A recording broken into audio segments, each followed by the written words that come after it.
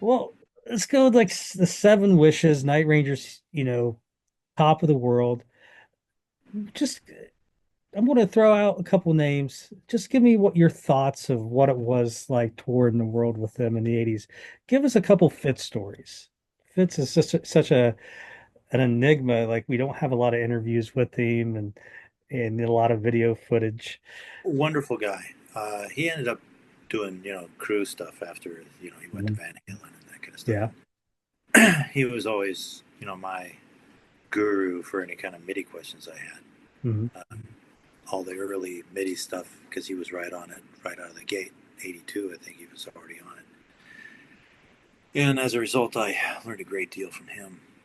And I definitely credit him for all that early stuff, him and Jack Jacobson, his tech at the time, for educating me, so I could, whoop up a Bradshaw rig and, without too much thought these Hmm. days, or any equivalent, because I certainly understand all that stuff. Yeah. Fitz was definitely a genius. I always look at, when it came to the Night Ranger sound. Yeah, he was the science officer, the Vulcan science officer. Yeah. he was the genius. He was the one who pretty much technologically put us together. Give us some of your thoughts on Watson. Uh, really good guitarist. And out of Watson, Gillis, and Blades, who was the biggest pain in the ass to tech for? Or do you plead the fifth? No, I think I'll plead the fifth. I think they know they Oh, know and who, I'll throw out he one knows more. who he knows he was. Um, and who was, I'll throw out one more name. Kelly Kagi. Give us some thoughts on Mr. Kelly Kagi. Love him like a brother. He's a great individual. He was actually, during the time I was working for him, I think we were probably the closest. Yeah. As far as, I mean, Brad and I are, of course, great Yeah. friends and all that. I think Kelly and I, during a certain era, were super Mm, close. mm. So Night Ranger, I mean, 1985, like you said, the High State Fair, 40,000 people. That tour goes throughout, um, 85, the fall of 85. You guys do the big home video that was on MTV, and the Seven Wishes tour goes into 86. You go in to record Big Life, and that's the first record that doesn't have Pat Glasser. That doesn't have Pat Glasser. Um, uh, Kevin Elson Yes. was the producer of that. Did you notice any change? Was there any change in, with that change of producer in the studio, the songs they were recording? Well, Kevin was definitely more knowledgeable. Uh, he was an actual engineer. Mhm. Uh, Pat was not. John Van Ness was the engineer on those first three records. Okay. What did you think of the because Big Life is the first, Night Ranger, Dawn Patrol, Midnight Madness, Seven Wishes. They were on this upward, scale. And they were, I mean, Seven Wishes just, I mean, you think of all the competition on MTV of 80, 85, 86. Night Ranger's right there with them. I mean, they got two top 10 hits, a top 20. Their videos are all over MTV. They're competing with the Madonnas and the Princes. And Big Life was like kind of the first misstep. Do you look back? I mean, could you when when you were there, did you see that it was a misstep? Did you think anything, or was it just business as usual and For you're me, it was business as usual because I mean, you don't know going in, and the band doesn't know going in, yeah. quite frankly, how the public is going to accept their new product. Mhm.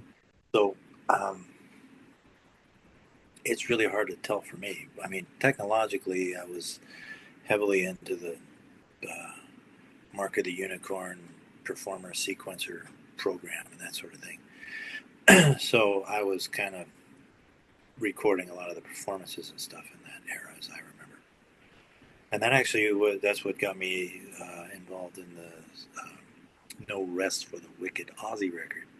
I went in and replaced all the drums on that record using the performer sequencer program, and of course triggering the sounds from the master tapes.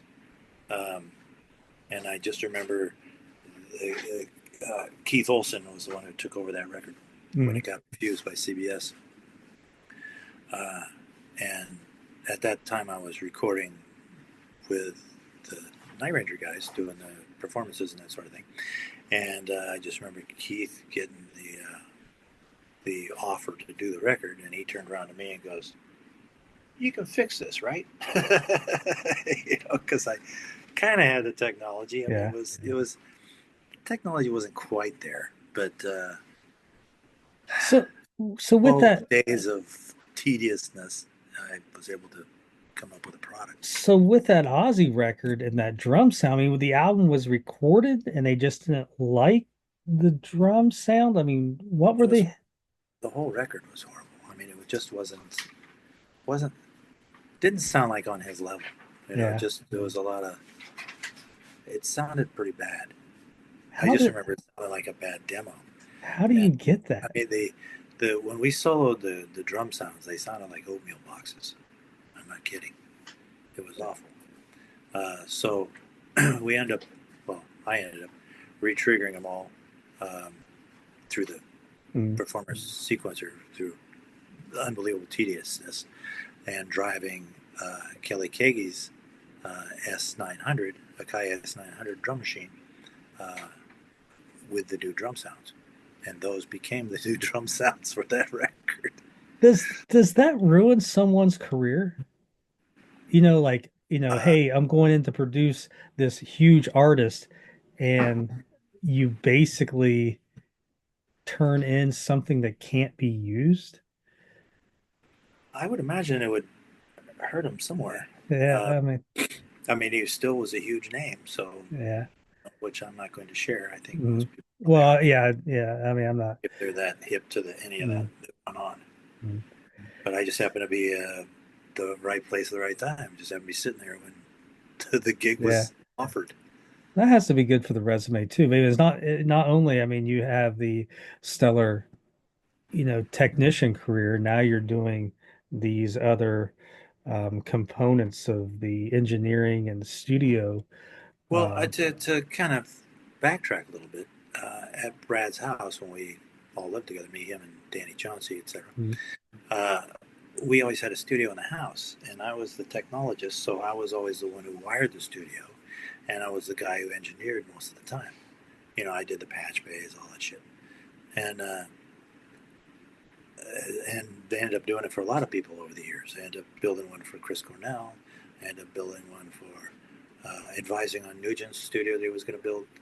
Uh, I built both Tommy and Jack with Damn Yankees. I wired identical studios for them so they could just take their reel of tape and their diskette and drop it in the other studio and continue where they were in their own studios, which was pretty handy. And everything labeled exactly the same console, all that yeah. shit. One in New York and one in Santa Rosa.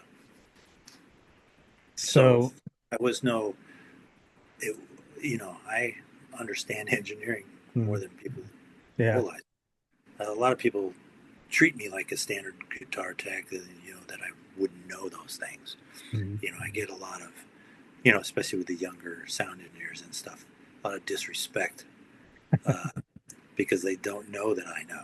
yeah. You know, they don't realize that I've spent countless hours behind a console push and record. Yeah. If they had any idea how many tens of thousands of hours I did that Mm, over the course of my career, yeah.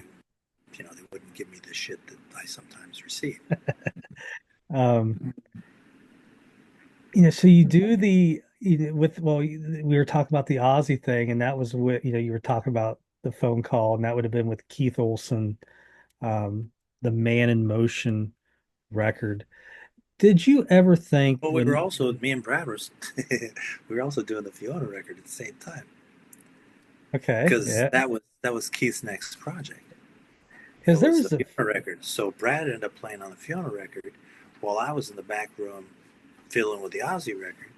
and then I would have to run up and tune their guitars for that project, the VR project, and then run back and start back on the drums, in Yeah. the back room of his Goodnight Lovely Studios in Van Nuys. With Night Ranger, early 86, you guys are still doing the Seven Wishes tour, peak of their popularity. Um, did you ever think that within 3 years it would be over? No, it never really occurred to me. By then, it was turning into a machine, and we Mm. all had our things that we did. And by then, we pretty much had a standard crew of dudes, and we were Do just you doing a cycle. do you remember anything that ever stuck out, like there being like, oh, there's a little crack in the facade? There's something's In the different. Night Ranger facade, Yeah. the organization, nah, not really. So, the man and so the Big Life record doesn't do as well as the first three records. They go in to record Man in Motion. They're obviously having some issues with the record company. They turn in 9 songs. The record company tells them we need a ballad. They go write Restless Kind. Record company tells them we don't want that ballad. They go get an outside songwriter, Russ Ballard. I Did It for Love. They put that one on the record. The album is released really dead on arrival. Night Ranger is back playing clubs that they played January of '83 when they started.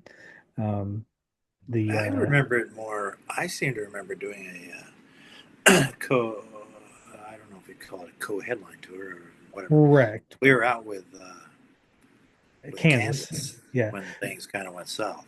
So you guys, Night Ranger was doing a co-headline tour with Kansas. There were some shows where Kansas wasn't on the bill, like Cincinnati, which is close to me. You got Night Ranger had played Bogarts January of '83, and then they played it January of '89. To where the last previous years they had played Riverbend, a huge outdoor shed. So that's where I'm kind of getting where, okay, we can see there's this, you know, progression going down the other end. Actually, now that you mention it, I kind of do. I kind of do, and I remember because you said Riverbend, and I remember Blade saying something to me. Start spreading the news, because I was talking to a buddy of ours, and the house wasn't very full, and I just happened to mention it to him, and he went to Blades with it, and then Jackson just go, well, yeah, just kind of a weird vibe right then. Hmm. I just remember at Riverbend. That would Uh, have been probably because they played Riverbend. I think they played it '84. Midnight Madness. They definitely played it '85, Seven Wishes, and they played it '87 in Big Life. And from the guys that I know who had went there, I don't think it was quite as full, kind of like you said. yeah. And then '89, they weren't even at Riverbend; they were at college campus at the club, Well, fortunately, Bogarts. I've put that out of my mind. I Mm, remember those gigs. yeah. So, well, let's talk about, Night Ranger in Kansas. I mean, I mean, are you aware at least, or is the band aware that, okay, this is going in the wrong direction? Did you ever get a sense of any of that? Yeah, it became especially noticeable playing the Tower Theater, and I'm not going to say why, Hmm. but that's when we realized that that was it for Night Ranger, and there was an end date. Hmm. How many shows, you said, that show there, how many shows were left on the schedule, do you think? My mind says 5 or 6, but it was probably Okay. more than that. I don't, you know, time is a weird thing on the road. Yeah. So there's an article that's out there. There wasn't a lot of coverage of Night Ranger at that time. Again, Night Ranger, the album didn't do too well.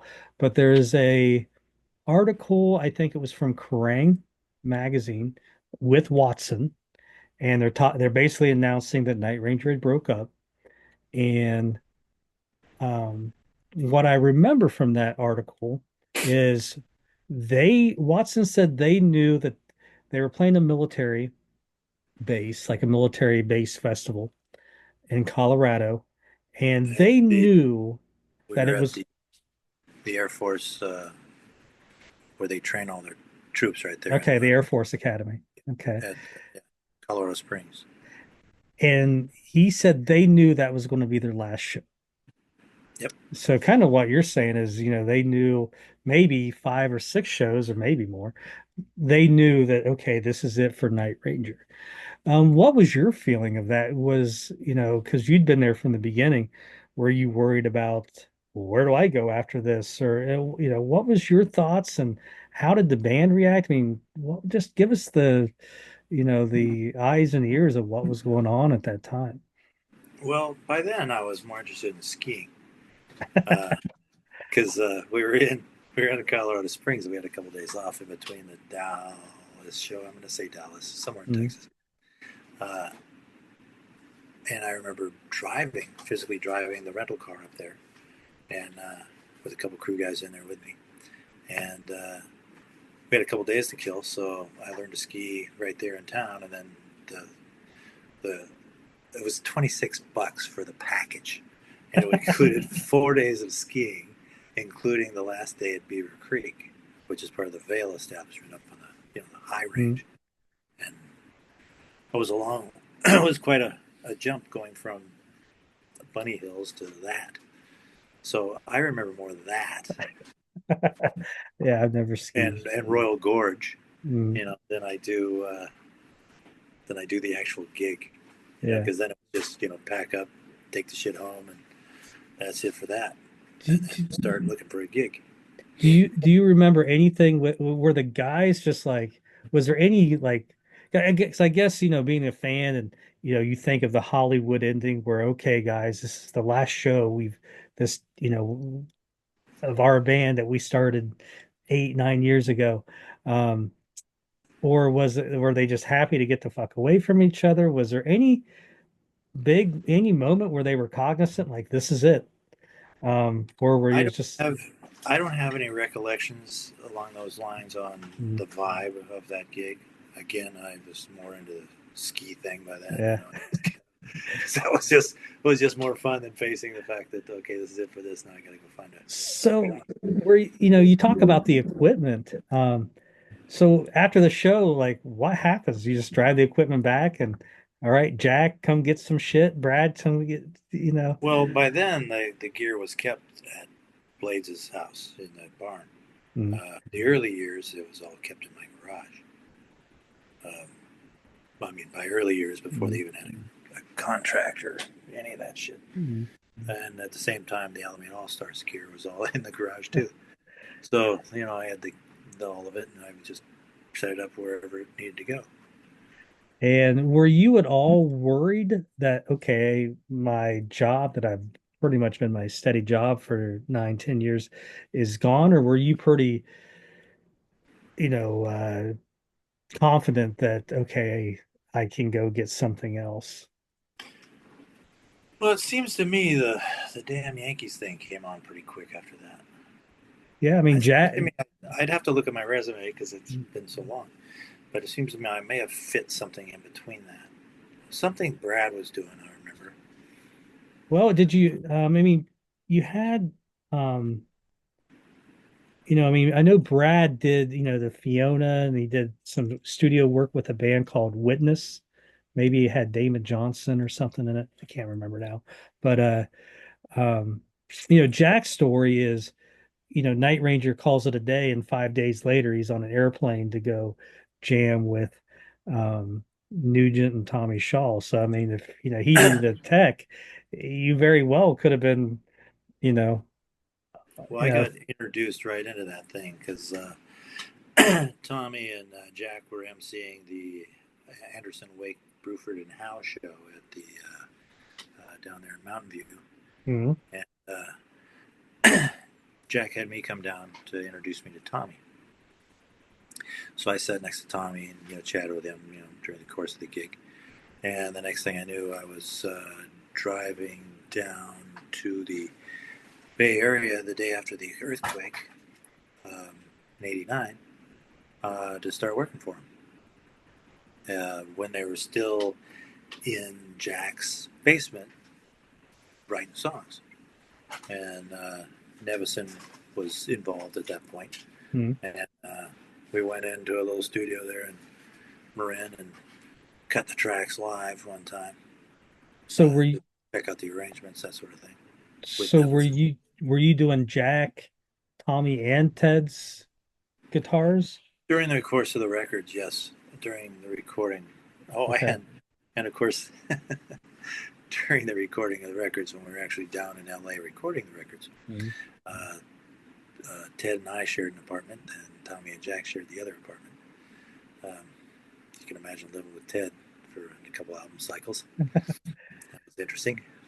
So then, they release that record, they go and hit hit the road. I mean, are you then basically teching for, Ted and Jack or Tommy and Jack?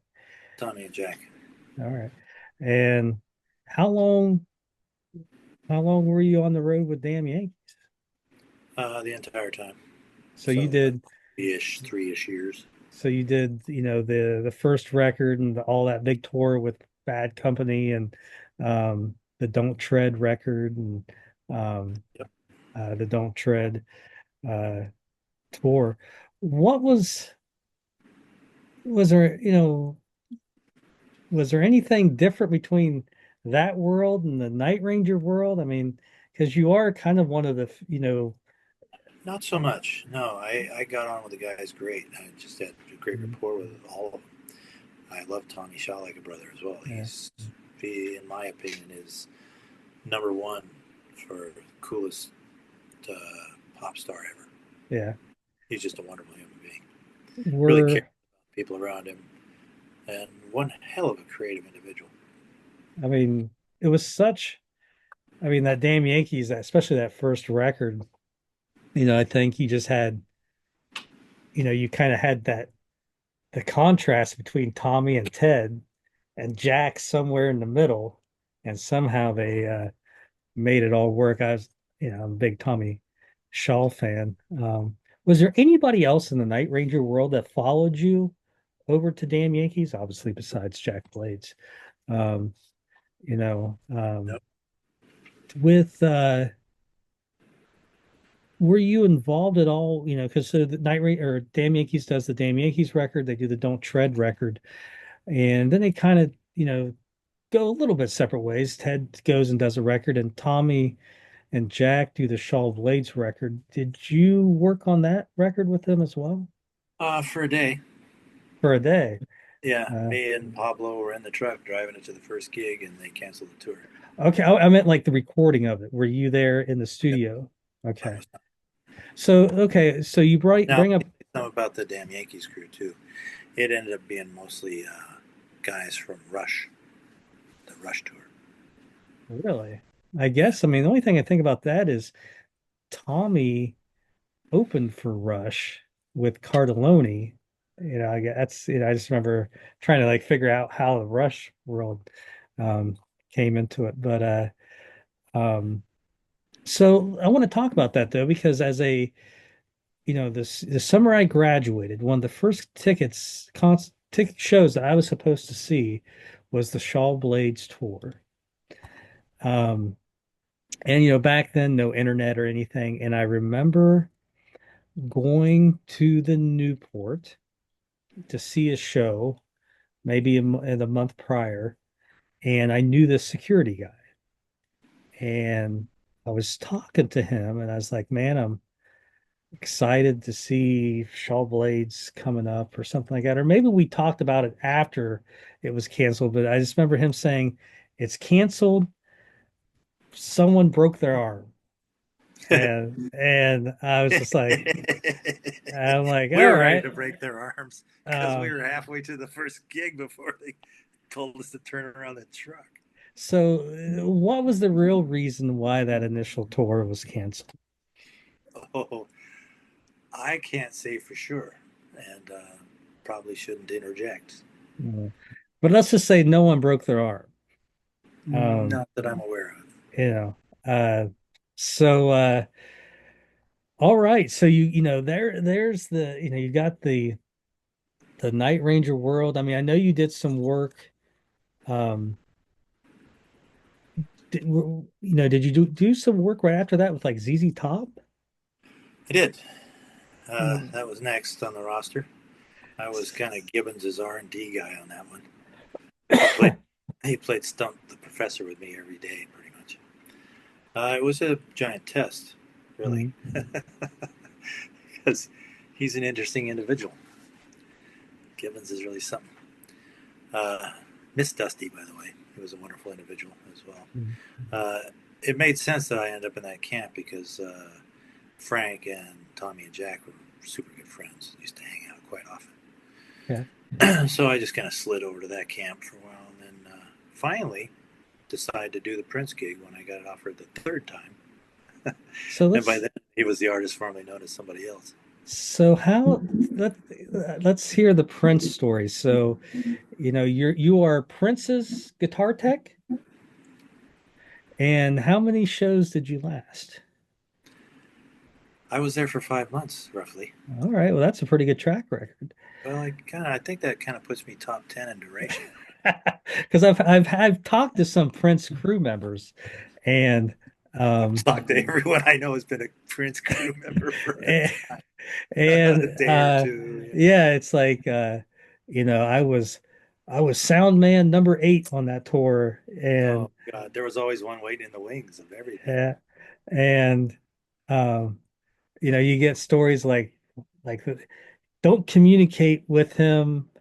You go through like an intermediary or something like And see, that. that does not apply to me Mm, ever. yeah, I don't ever let anyone do that bullshit to me. yeah. Well, I If think I'm working for you, fucking talk to me. Tell me what you yeah, want. yeah, Shut the fuck up. I don't have time for that kind of mm, ego where you can't talk to your tech. yeah. Go fuck yourself. What the hell kind of bullshit is that?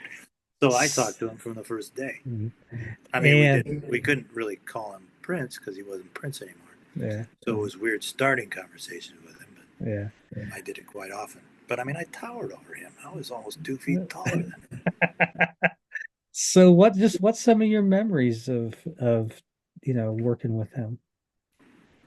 Uh, Challenging. He was an interesting individual. Is I took his rig farther than it had been taken prior. I had two rigs strung together on a switch where I could switch 8 amplifiers from one rig to 8 amplifiers from another rig. You know, driving the same 8 cabinets, 4 on stage and 4 in doghouses on the side. So I mean, I really took his rig a long ways, and he was unaware of any of it. He's so removed. oh, It was I was gonna ask, like, did you ever get anything close to a compliment from him? not that I remember. Like an attaboy, like, oh, I noticed this or whatever. Was there No, you were anything? just expected to already know what he wanted. Mm, I mean, it was one of those gigs you kind of had to do it psychically. mm. You had to anticipate what he was going to think or want. Was there It actually upped my game quite a bit because how then, how so? before that, I would ask guitarists, how many, how often do you want your strings changed, that type of shit. When it came to Prince, I stopped asking him any of that type of shit and just went on about my daily duties as I knew they needed to do. You know, Mm. things I knew had to happen. And so Would that kind of changed my direction in the way I deal with pop stars. would he ever give you any feedback? Like, hey, s- you know, One don't. time, yes, I had him on a secondary rig he was unaware of because I don't tell people when I do that. I regularly put my pop star on another rig and not ever tell them, just to see if they notice. Because if you tell them, they're going to notice. If you don't tell them, chances are they're not going to notice because I don't notice, so they're probably not going to notice. Because I'm pretty, my ears are, I hear Mm. guitar sounds. I'm a professional. Anyway, uh, one day that day, he wanted a little more high end on his clean channel, which was a Soldano Caswell at the time, preamp. And so I went over there and did that and saved it. And that was the only thing he ever asked me to do. And obviously you did, the Night Ranger and the 80s rock and Damn Yankees and Ted Nugent. And then in the mid 90s, you spend time on the road with Smashing Pumpkins and Soundgarden, at the height of grunge. Um, you Yeah, know, I inherited the Chris Cornell gig, '95, okay. Super Unknown tour, and Yeah. uh, hit it off really well actually, and Mm, became really good friends towards the end of his life. I ended up doing a solo career later on too, where he was doing the acoustic thing throughout Europe, doing all the opera halls and symphony mm, halls and stuff throughout Europe, which was just a total pleasure. Him and a celloist, uh, okay. Brian, was the guy. He was amazing as well. Really good shows. Now that, on the other hand, I say I wasn't all impressed by Prince, but doing that tour in 2016 with Chris, um, he had really come a long way from when I worked for him in the mid '90s. How so? As far as um, the way he conducted a show, Hmm. uh, he was much more in tune with the crowd than he was in the mid '90s, where he would chat with the crowd, he would tell them stories, um, and he was really good. He was great live. I mean, he hit the notes, he knew how to play, and he was way better than he was in the mid '90s as far as the way he played guitar. Mm, And still had a shitload of tunings, of course. I think I had on a Soundgarden tour, I had uh, 10 different tunings with 4 different gauges of strings with 12 guitars to get through a set. yeah. I And I mean, had him on a nice little stereo rig, and he could pretty much get any sound he wanted in the world because he had every preamp made was in that rig. mm, And that's a lot of because Gibbons made me go through all those preamps and shit when I was working for him. Uh, so I was already, I knew how everything already worked. with Plus, plus during that era, I was also writing presets for companies like Digitech, and mm. most of the factory presets that come on some of those boxes were written by me. So I mean, you talked about being with Chris in 2016. So I mean, you guys had a 2 decade relationship, Yeah, because when he got me back to do his solo career, he actually introduced me 3 of the first 6 nights. As I finally got him back after 20 years, that yeah, type of thing where he's talking about me, mm, which is, quite an honor coming from him. He was yeah, just a hell of a guy.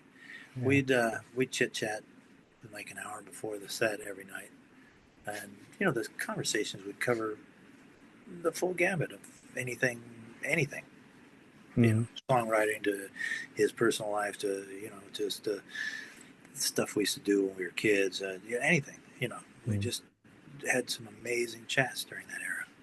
I He, never traded that for anything. his voice, Oregon, on the other hand, Billy Corgan. Okay.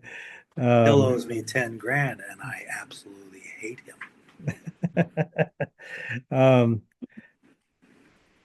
what was so talking about Billy Corgan, Smashing Pumpkins, Soundgarden, you know, in the world of rock, you went from Ozzy 82, Night Ranger, Damn Yankees.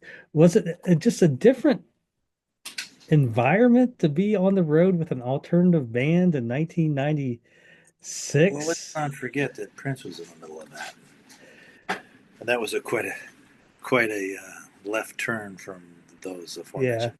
Well, And I would think that would have a little bit more in common with the 80s Night Ranger, stuff than no, it that. was the first time I worked for a guy who wasn't on my side. Okay. Because prior to that, they were all part of the team. We were a team, Yeah. you know. the guy I'm working for, me, we're a team. We're gonna get this show perfect, working as a team. But there was none of that with him.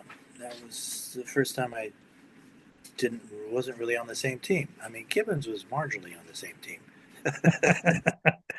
I think it was more about stumping me than actually being on any team. But we were trying to create or recreate the cornerstone sound of ZZ Top, Mm. which is, and he pointed one of us, and he'd have to say Billy F. Gibbons, Pearly Gates Les Paul, a Cable, a Marshall 900, and a Marshall cabinet. And there you go. Now that's right. And then we'd go on to create that sound. So it was more about me getting every single box made Mm. and seeing if I could recreate that That sound. sound. You, Smaller, lighter, so we could afford hamburgers at the end of the tour. And if you think any of that is made up, it's not. That's every bit of that's real. um, you you talked about earlier about, Tommy Shaw and great guy he is. You went back to work with him in Styx. Um, I think the last part of the 90s. Does that sound about right?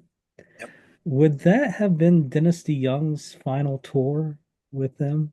And the tour after. Okay. Were you there on the final tour with Dennis? All right. Um, you know, could you see that split happening? Does Dennis, I mean, I tend to think in my head, Dennis would go more to the side of Prince than, maybe, the other guys. Just what was that environment like? Um, Well, let and me give you a little background prior to my actually meeting the guys in Styx, prior to my actually getting offered that tour. Damn Yankees and Styx were playing the same gig in Syracuse, New York at the fairgrounds. Right, that would have been yes, damn. Okay, I know where you're talking 1990. Go ahead. That I'm could tracking. be somewhere in there. Yep. And and the Damn Yankees guys were really disrespected by the Styx guys because Tommy and Jack and Mikey, I think, wanted to Hmm. go to the Styx show the night before. Yep. So me and Larry, the tour manager at the time, went down there to set it up. And we were met by security and told that we were, beat it. It's pretty much what we were told. And so we went, we were told to go sit in the stands, and we were escorted that way. But we just went down the other entrance to the stands and went and hung out at the front of house console with our buddies, because as you would, being a roadie, you're kind of above the law. Hmm. We do whatever the fuck we want. So uh, we couldn't get them set up. So we were sitting there and we saw their bus show up. So we went on, escorted them in, and they were being escorted in by the security. And we're also taken into the bleachers. We're talking about Tommy Shaw, remember their fucking band, Yeah. and taken up into the stands and told to stay there. And they put a security guard at the bottom of the stairs to make sure we did not leave there. To which Tommy wasn't having a very good time with. And I said, take it easy, pal. We got you sorted. As soon as the security guy walked away, we went down the other stairs again, straight down to the front console position again, and hung out there for most of the show. After the show, we went down front, so he's right down there. Me and him and a couple of our crew buddies were all right down there in the pit with Tommy, or right by the pit, in front of the pit, right there on the rail. Dennis wouldn't even look at him. JY glanced at him a couple times, and the guy who was playing Tommy at the time, Glenn Burtnick, was the only one that really interfaced with him at all. Kind of, nodded to him Hmm. and stuff. After the show, we went to go backstage and cut off by about 50 security guys between us and them. Jack Blades, however, snuck under with his young son James Blades, I think at the time, right past them because they looked like a non-threat. They didn't look like they were necessarily with us, because he had a kid with him. So they made it backstage, and I think Jack had a few choice words he yelled towards the dressing rooms. And then I said, hey, come on, guys, let's get out of here because I saw them checking into our same hotel this morning. So I know that's where they're coming back to. So let's go there. So I laid in wait, me and Pablo. And Then I cussed out the entire band right there in the lobby of the hotel when they came back in for being such dickheads.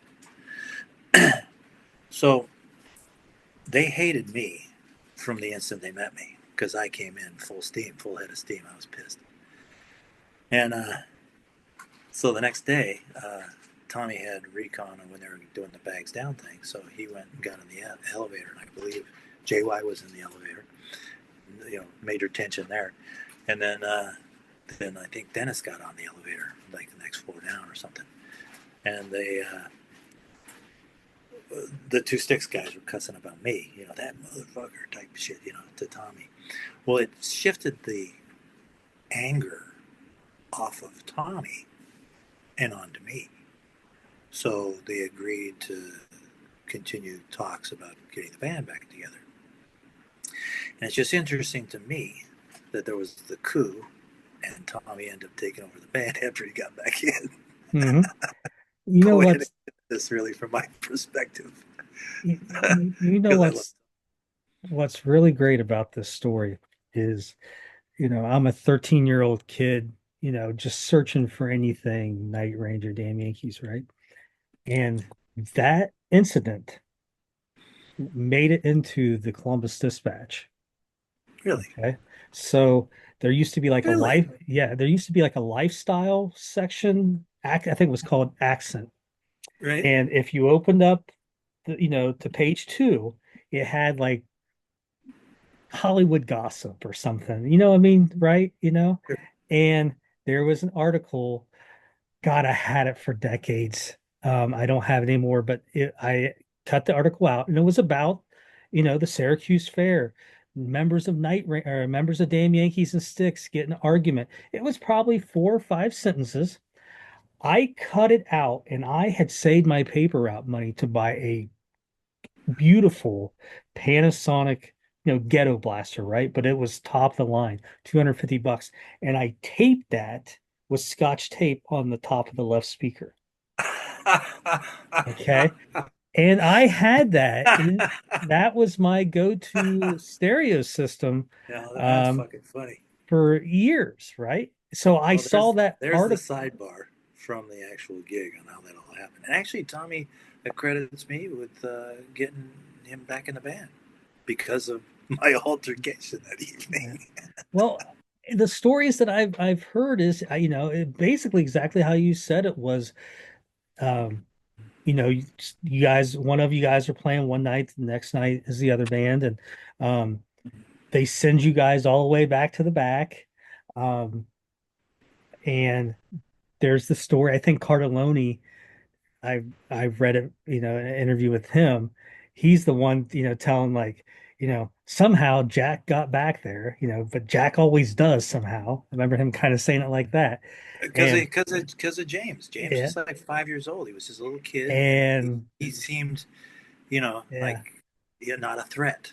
And Cardelloni said that Jack just went off on him. You guys would have been nothing if it wasn't for him. I remember him kind of saying that. Yeah, Um, that's how I remember it. and and then I think Tommy, somewhere I saw an interview where Tommy said the next day him and Dennis talked. I never heard the Mark Newman stuff, about but Well, there had um to be a catalyst yeah, but because they hated him. he said him and Dennis talked the next day, and Dennis told him, the reasons why he was upset with him. And you're exactly right, where Sticks, and by the way, Glenn Burtnick, awesome musician. I love, Yeah, good Glenn. guy. I ended up working for him too. Um, love Glenn. Um, he actually had him on the podcast early on as well. Because I had his viewpoint of, we got the damn Yankee story. What was going on in the Sticks camp, with at that time? Because he was replaced, Tommy Shaw.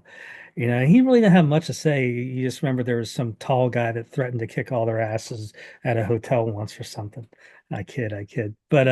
Um, Oh, he remembers it. They were all there, but including their tour manager. so, and you're right. It's amazing where now it used to be DeYoung's band, now it's Tommy's band. Did you see, doing that last tour? or that tour, not really a last tour, maybe the last tour for Dennis. Did you see, okay, this is volatile, or was it just professional and Well, Dennis tended to be a bit more prissy than the rest of them. So to me, he was kind of the weak link in the band. And he would make it show during a show. He would get upset, and the audience was clear that he was upset about something. Where a normal pop star, they leave that shit backstage, and they go up and they just knock the show out of the park. Generally, Hmm. I could comment on somebody else who's not very good at that either, but I can't talk about that guy. So, like, I guess I'm just a big Styx fan, and I love Dennis DeYoung. And I always say the best Dennis DeYoung is when he had the beard.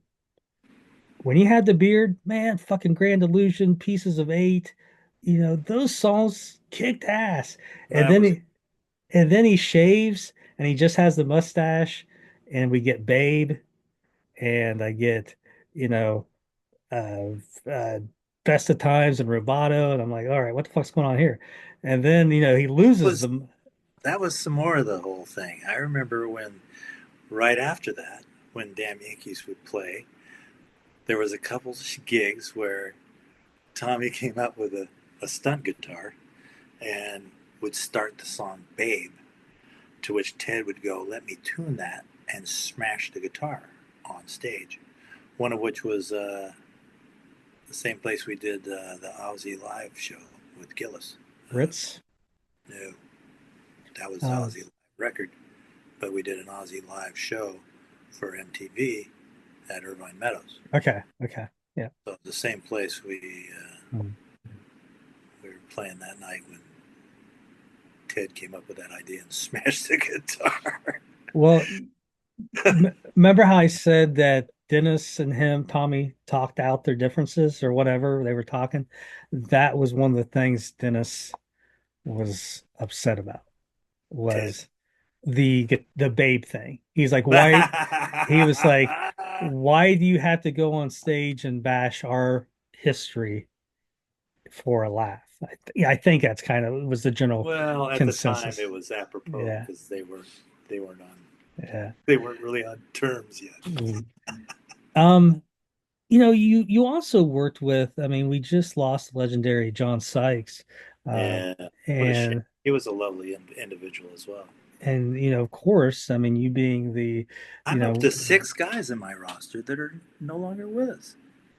um, I just well, can't believe it. I guess I'm at that age group when yeah.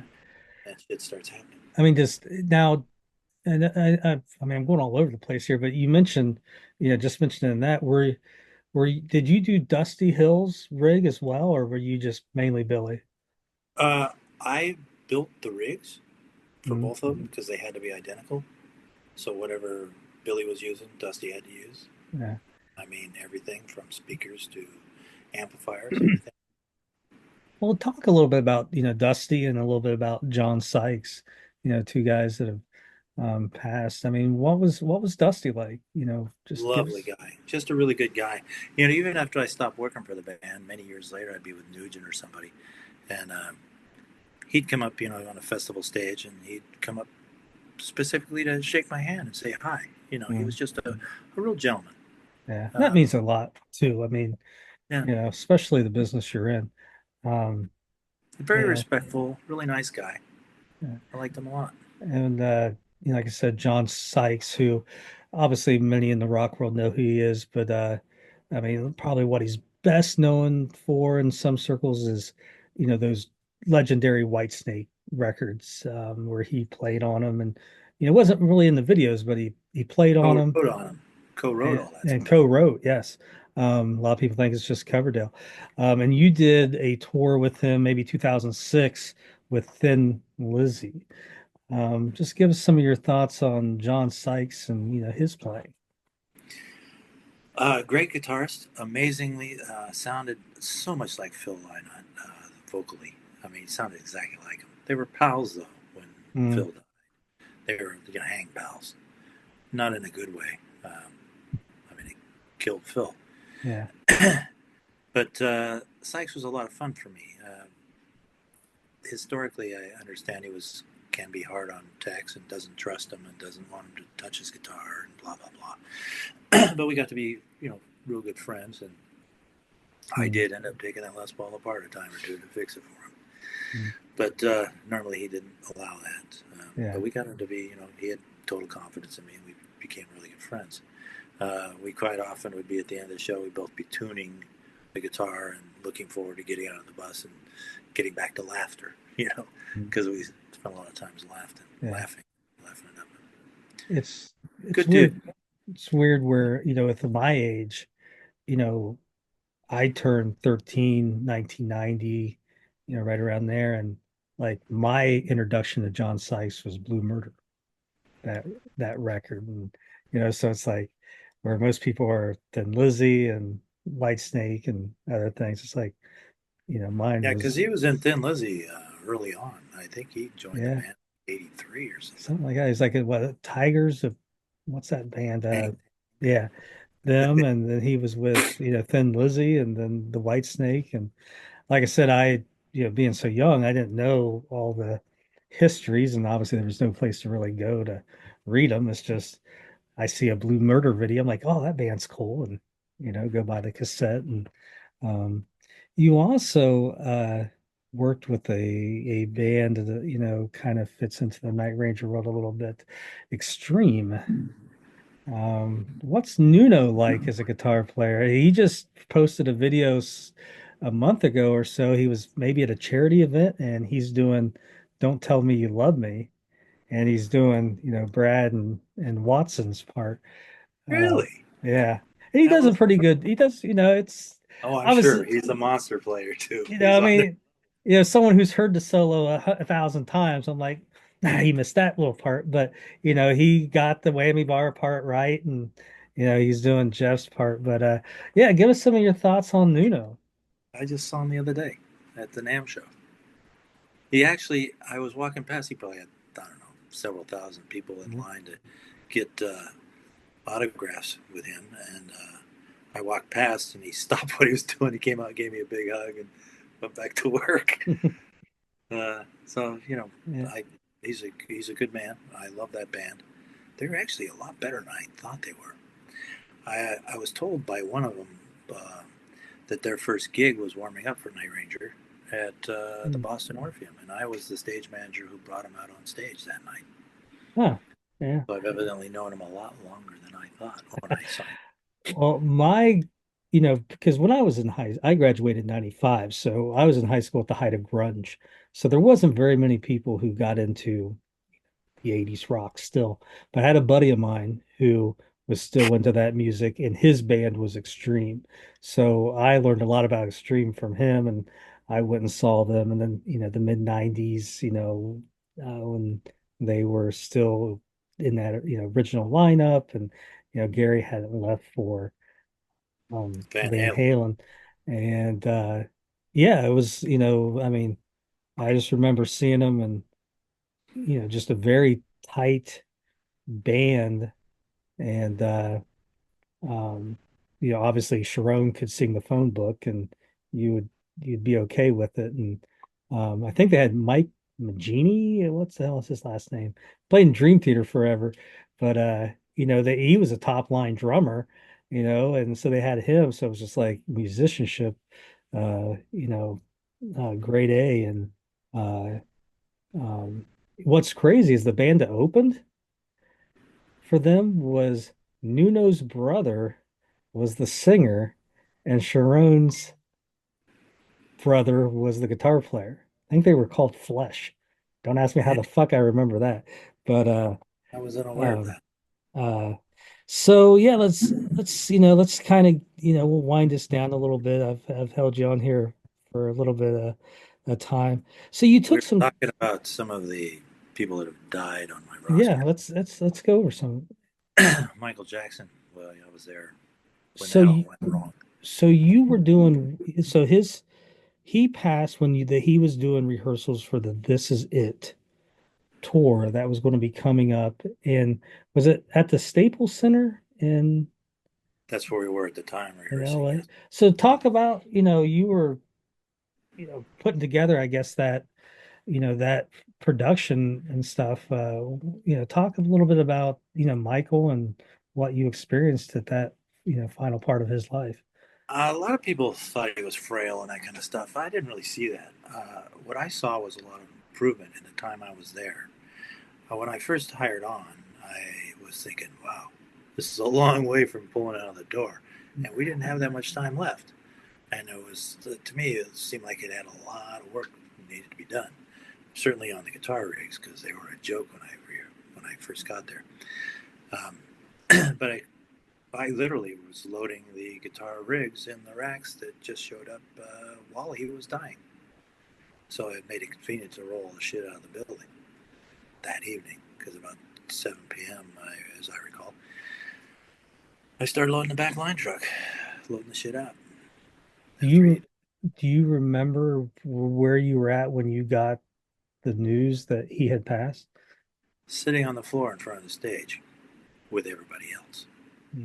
What you mentioned a few others that you said had passed on. Is there any others that you worked with that you'd like to give? Well, we got Michael Jackson, we got Prince, Chris Cornell, Randy Castillo, because I technically worked for him in that I replaced those drums on the Ozzy Those, record. yeah. Paul Allen, because I was there at the museum for 5 years. The Experience Music project that he built in Seattle with all the Hendrix stuff in it. I was the guy behind the guitars on there. I wrote all the presets, all the guitar sounds in the interactive lab at that museum, and spent the first 5 years of that museum's existence as the guitar tech. So, talking about that, that was the Experience Music Project in Seattle, Correct. Washington. Now called Mopop. So, what was that like, being off the road? You weren't, were you off the road and kind of doing that full time? I was working 4 days a week. It was a really good gig, full benefits, blah blah blah, nice pay. Um, and I got to stay home, and I had just built a new house, and so it was fun for me to actually take some time off. However, the job entailed the exact same thing I was doing on the road, except for the live show part. But I was still setting up guitars, maintaining equipment for the interactive labs, etc., um, which And was kind of different for me. you basically, I mean, was that something that you started from the ground up? I was involved pretty early on. I Mm, was out with the Pumpkins at the time when I got hired off of the. Well, I went ahead and did the rest of the Japanese tour with the mm. Pumpkins, and then I moved over to full time with the museum. And the museum had a great many things that needed to be sorted. Maintenance protocol being one of them. There was no maintenance protocol. I pretty much had to come up with it. Um, the maintenance of all the different things, all the different interactive stuff, all the guitars the kids played, a rotation of said guitars, and all that kind of thing. Uh, so actually, as far as the public was concerned, they got to play. They got the advantage of a pro level guitar tech on jam guitars, and they all played great. Mm. But as opposed to because early on the guitars had second stamped on the back of the necks on the guitars, and I took exception to that and changed manufacturers as a result because I just didn't feel like Paul's Yeah. place was getting the respect required.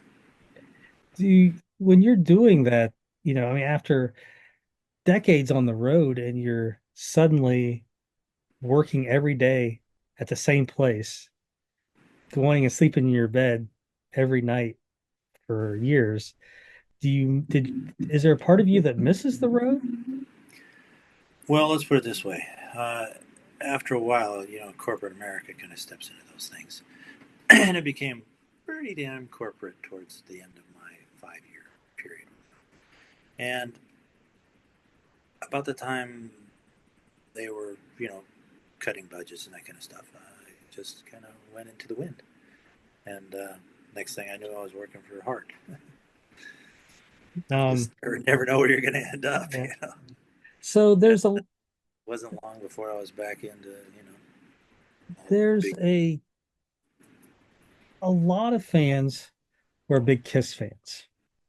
So, I think, a lot of, we've talked on the podcast where if I do bring you up, I mention you being the guitar tech for Tommy Thayer of Kiss. And A decade of that, actually. It so turned when out to be a long-term gig. so when did you start that? What tour? The Def Leppard tour? No, just after that. The Uh, Freedom to Rock? yeah, it sounds right. I think it was the technically Trying to it was think. the Australian Okay. leg of that tour, and I was just there to cover for a Mm. friend of mine. And uh, well, during the course of rehearsal, my first rehearsal with him, Tommy said to me, he goes, "Yeah, the guitars, don't be frustrated. The guitars don't, really stay in tune." And I looked at him and said, "Well, what's wrong with them?" And he kind of chuckled and said, "Well, I don't think there's anything wrong with them." And I said, "Well, with Nugent, regularly between 16, 18 songs in a row on that flag guitar and never had a single tuning issue."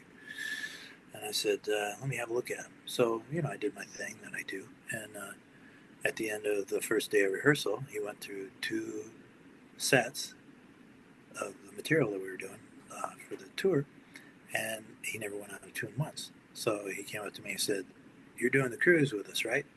And I looked at him and said, "I mean, technically, I was doing the cruise already with Steel Panther, but I didn't necessarily tell him that necessarily right then." But he says, can you do the cruise with us?" And I went, so then I had to make a few phone calls to see if they would all be cool with me taking care of both of them. So that's how I did that. I ended up doing that cruise as well and taking care of both of them. And then that was it. I was Tommy's tech from there out. There was a few fill-ins while I did like Chris Cornell, because 2016 I was like all over the map. I was working for Mm. six bands at the same time. I was working for Extreme. I was working for Steel Panther. I was working for Hoobastank, working for Accept, Chris Cornell, and Kiss, all in 2016. So all those bands you mentioned are at different levels of venues that they play.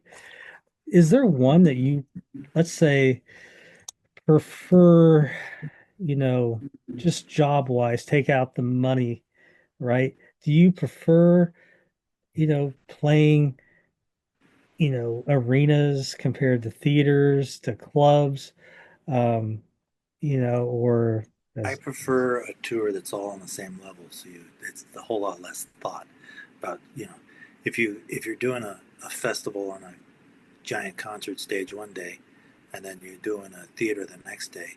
That's a whole lot of thought that goes in between those two gigs on where you're going to set up, where you've got room to set up, etc., and how much power you have as far as where you set up, depending on where you rank in that festival's order.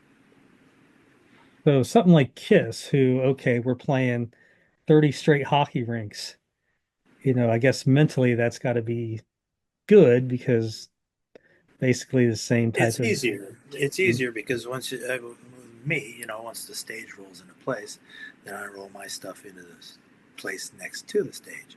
Mm, Me and Fran would do that every day. We'd push our yeah, stuff in together, and we had a way that we set up, yeah. every day.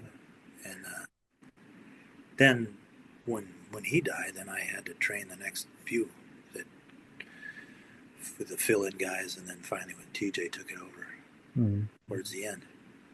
But I had to show all those guys I was the only the constant over there, Yeah. because all of a sudden the other guy, the guy who'd been there for 25 years or something, Mm. all of a sudden died. It was horrible. It was just Yeah. awful. All of a sudden, I was the only one over there that knew what to do and what the order was and what. Yeah. So What was it like? I mean, Kiss, so iconic, right? I mean, just iconic band, iconic music. They've been doing it since the early 70s. And you're there, leading the way for their final tour.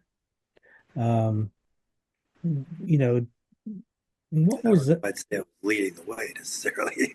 I was Excuse me. definitely, Well, I I, mean, with the crew, I mean, you were probably one of the most experienced and obviously everything that they went well, we to. also had on the backline crew. Gump was with us by then, Mm, who was Neil Peart's drum tech. mm, So he actually had probably, more years okay. than me, which Yeah. was amazing. But we were definitely Mm. a lot older than the rest of the guys. I mean, what was it? I guess as a fan, you think, oh, they're gearing up for their last tour. These are the last 10 dates. These are the last 5 dates. And you think maybe it's bigger than actually what it is. Could you sense anything like that with the band as they kind of got towards the end and got to the last 2 nights of Madison Square Garden? Well, there was a lot of things changing during that course of that week. Things being added to the staging, holes being added, lifts being added. I mean, it was under construction that whole last week, and a lot of practice for the gags at the last gig Mm. where they became icons. Yeah. Um, and so the Kiss gig ends, and the next time Technically, technically avatars. yes, that's what, yeah, the avatars. What do you think of that? Are you going to be one of the first in line? You going to be, is there going to be a Mark Newman avatar? You know, tuning up Tommy's, uh, Pretty sure we're cruise out of the picture. Be fun. so, Saving money. well, Gene would be all for that. Well, he's Um, out on his own now, and it says he's making more than he ever made with Kiss. yeah, well, I mean, maybe, I guess you don't have the overhead, That's for sure. uh, but, And he's doing, all festivals and stuff, so yeah. he doesn't have to get the makeup and all that shit. Mhm. And then recently, last time I talked to you, you went from the Kiss gig to Matchbox 20, and I think that's kind of where you're at right now, right? Yeah, actually, Matchbox is taking a year off, so as far as I know, I'll be back for that. But in the Mm. meantime, kind of looking for something right at the moment. I'm talking to a couple of people, but nothing's finalized yet. So technically, I'm looking. Yeah. Um, Something will you come know, up. I never worry. It just something always comes up. you uh you made me look cooler than I actually am on that last Kiss tour. Um, I took, myself and a few of my buddies, and my buddy brought his son, and we were going down to Cincinnati to see Kiss, and we went to a restaurant to eat beforehand, and it just turned into a clusterfuck, and it took them forever to get the food and our bills, and then there was an auto accident, so I'm taking like a back way, and I'm like shit, like when did they go on? So I'm trying to think, like, do I have enough time to do this and park here and do this? And I'm trying to think in my head, like, okay, I follow all the Kiss sites, like every night they're posting live shit. Like, when did that shit usually start? And then I'm thinking, I'm like, well, shit, I got Mark's number. He's right on the right at the I'll stage. pay you. I hate to do it, and I know he's probably super busy, but like, I need to know, you know, do I have enough time, or do I just need to drop these guys off at the arena and I just text you like, hey, buddy, you know, crazy shit going on. Can you just tell me what time Kiss has hit the stage? And a couple minutes later, you're like 8:50 or something like that. I'm like, they're like, all my buddies like, how do you know Tommy's guitar tech? I'm like, oh shit, we're friends way back. But yeah, you saved me a little bit that night because it turned out I had a little bit of time to actually go, park and get everything taken care of. So, I mean, yeah, Mark, it's an impressive career. Who was it that talked about your career in 1983? Prince, what was his Oh, name? Tommy Marzullo, production manager, offered me the Prince You gig and know, saying it'll be great for your career. And I just remember just stunned by that and just looking at the phone going, I career? mean, I mean, How the hell did that happen? it might be easier to mention what guitar gods you haven't teched for than it is to name the ones that you have. Um, but like I said, monster career, and we haven't even touched on everything. I mean, we didn't talk about Dawkins, Dwight Yoakam, Hole. Uh, Can't talk about Dwight. well, we can't. No, I can't. Shit, I love Dwight Yoakam. But Jerry Cantrell, Vince Neil, bad English. I mean, there's so much more that you're just going to have to write the book. Um, I get that a lot, actually. but so, but let's end it with a little bit of Night Ranger. You actually came back and worked for Night Ranger again, mid 2000s or so, maybe 2010, So somewhere in there. it Um, ended up being it extended our relationship to 33 years at that point. mm, Um, now, and now I've known him 45 years now at this point. But at that point, it was 33 years by the time I was done with those gigs. yeah, Being out with Journey and Foreigner and Foreigner. Styx and REO, and that Mm, was a riot. It yeah, was more fun for me just because it was, I knew everybody on all the yeah. crews, all the bands, everything. So So, you were there with Hoekstra and Levy. Um, so what, I mean, when you're seeing Night Ranger at the 30-year mark, you know, is what's your thoughts? Like to me, I tell people it's like it's amazing. We are lucky as Night Ranger fans that our favorite band is having one of their best decades in their fourth decade. yeah, they're a better band than when we were kids. I mean, they really have put together a show now that it just encompasses everything, and it's a real high energy show. Still, they still play great, and yeah, they're family to Mm. me. They we were Well, just kids out there on the yeah. road together. Well, you always remember your first. I think that, what they say. And, Yeah, so just what's your favorite? If you had to pick one Night Ranger song, what's your favorite?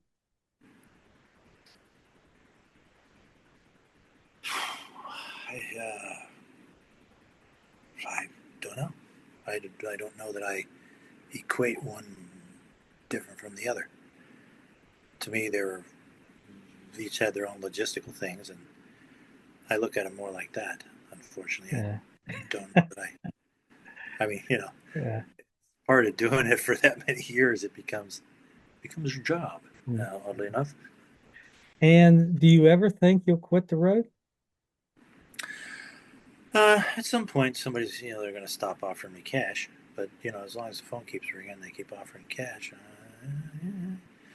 It's hard to say no to cash for me. Mhm. I can be bought, evidently. Well, Mark, I appreciate you joining me. I definitely could have you back on again and we could just keep talking Night Ranger forever. But I've already held you here for a few hours, but I appreciate you joining me. You're a wealth of knowledge. You definitely need to write a book. Uh, and I mean, just to tell the stories of you know, the Chris Cornells and the John Sykes and the people that have passed, and you were there, and every now and then you need someone out there to say, hey, you know what, Prince wasn't all that. Uh, so you need that too. But I appreciate you joining me. I will definitely find a way to get you back on. Um, and is there anywhere, people, you have a website or a LinkedIn account? Is there any way that, I you am know, on LinkedIn. Yes. people can track you down and uh, find everything they want to know about Mark Newman? Well, the entire history is on my LinkedIn account. LinkedIn. Okay. And listen, go back to all your Night Ranger records. I'm pretty sure Mark is maybe the only guy who's listed on every one of those five classic records besides the band. So there you go, Mark. Thank you for joining us, buddy. My pleasure. Have a great evening.